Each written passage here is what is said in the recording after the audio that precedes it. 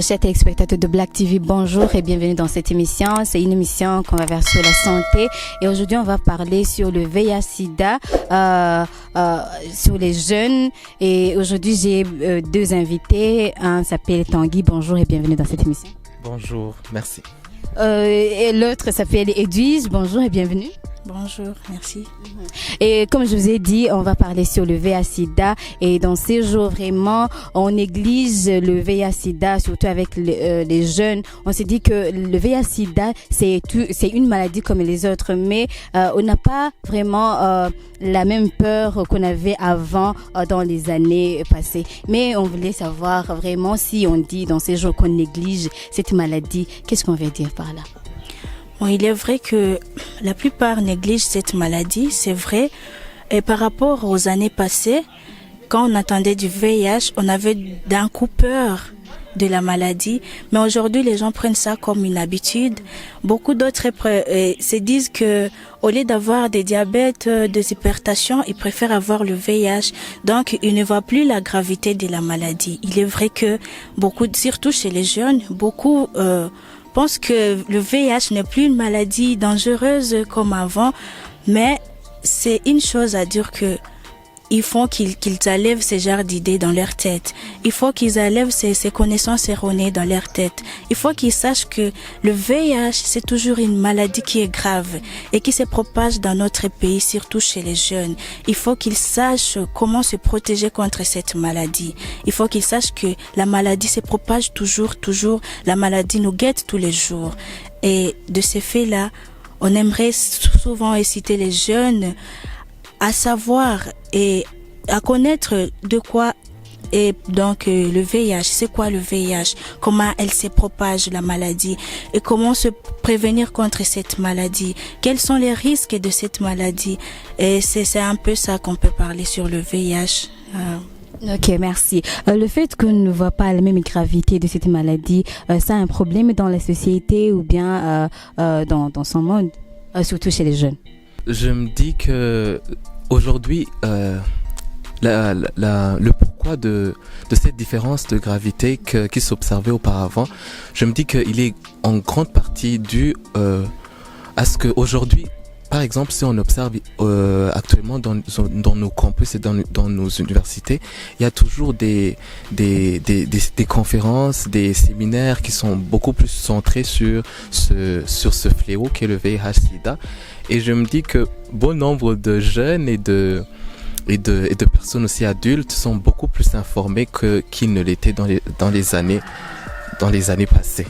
Et je me dis que aussi l'influence de l'ONU-SIDA avec des objectifs 90-90, aussi je me dis que ça a apporté un impact positif dans notre pays. Ok. Tu peux rappeler les téléspectateurs les modes de transmission donc du VIH/SIDA? Oui, le VIH/SIDA a 3 modes de transmission. On retrouve d'abord le mode de transmission par sanguine. Quand on parle des modes de transmission par sanguine, on voit quand par exemple tu as utilisé les objets tranchants, le fait de ramasser des lames, de rasoirs, et surtout pour ceux qui sont dans les services des secteurs santé, et les professionnels de santé, le médecin, on retrouve le médecin, les infirmières, ils peuvent accidentellement se piquer avec les mêmes aiguilles qu'ils ont utilisées chez une personne séropositive. Et ça, c'est une mode de transmission sanguine. On trouve aussi une mode de transmission sexuelle, le fait d'avoir des rapports sexuels non protégés. Ça transmet le VIH facilement. Et il y a aussi le mode de transmission qu'on appelle transmission verticale. Verticale, c'est la transmission entre mère et l'enfant. Donc, lors de la naissance, la maman peut être séropositive. En mettant au monde son enfant, il y a risque qu'il y ait transmission donc de la mère à l'enfant si les interventions médicales n'ont pas été faites bien avant. Ce sont les 3 modes de transmission qu'on connaît sur le VIH. Merci beaucoup. Je sais pas si tu as quelque chose à ajouter? Non, pas vraiment. C'est exactement les seuls modes de contamination qui peuvent. Et dire que aussi dans le mode de transmission par voie sanguine, il se peut qu'une personne, par par exemple, dans des ménages, qu'une personne séropositive, toi, étant comme une personne séronégative, tu peux être en contact par voie sanguine avec cette personne et contracter accidentellement, comme elle a dit Edwige, le VIH. Merci beaucoup. Et les signes cliniques, tu peux nous rappeler? Bon, concernant le VIH, dire les signes cliniques, donc les symptômes ne se manifestent pas directement. Parce que tu peux faire même une année avec le VIH, ça que ça se manifeste. Les choses qui se manifestent sur le VIH, connaissant qu'une personne est porteur du VIH, souvent ce sont les maladies qu'on appelle les maladies opportunistes. Les maladies qui viennent quand tu as le VIH.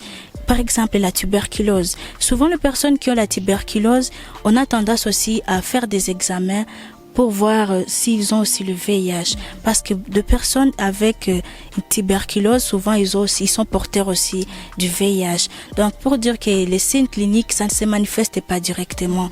Mais ce qu'on peut toujours conseiller aux gens, c'est de faire le dépistage. C'est de faire le dépistage pour qu'on puisse connaître sa sérologie. Comme mon ami Tanguy l'a dit, l'objectif de l'ONU-SIDA, l'objectif 90-90, il faut qu'une personne vive, les personnes surtout vivant avec le VIH, qu'ils savent leur sérologie. Et ceux qui sont sous traitement, donc au fil avec les temps, qu'ils prennent leur traitement et ils ne seront plus en mesure de contaminer d'autres personnes. Donc les signes sont là. Ça ne se manifeste pas directement, mais pour connaître sa santé, sa sérologie, c'est mieux toujours de faire le dépistage. C'est pourquoi on incite toujours les gens à faire le dépistage pour qu'ils puissent connaître leur état de santé. Ok, merci beaucoup. Il faut toujours faire le dépistage, même si on se voit toujours forte, on voit qu'on est dans la bonne santé, mais il ne faut pas se faire confiance. Merci beaucoup. Devoir se présenter dans cette émission et aussi merci beaucoup pour vos interventions par rapport à ce sujet. Peut-être que tu as quelque chose à ajouter pour finir. Oui, pour finir, j'aimerais dire toujours à nos téléspectateurs et aussi aux jeunes que la maladie est toujours là, le VIH est toujours là, c'est une maladie qui nous guette toujours. Alors, pour qu'on puisse éradiquer cette maladie, il faut qu'on s'entraide nous tous. Il faut qu'on s'entraide, il faut qu'on mette tous beaucoup d'efforts pour la prévention et comment se protéger. Donc il faut qu'on mette toujours d'efforts pour le bien-être de nos jeunes dans nos pays et pour le développement de notre pays. C'est tout ce que je peux dire sur ces sujets. Okay, merci beaucoup et merci beaucoup toi Tanguy vraiment pour ta présence dans cette émission et aussi pour les interventions que tu as pu mettre. Merci à vous aussi. Et vous, chers téléspectateurs de Black TV, merci beaucoup d'être avec nous dans cette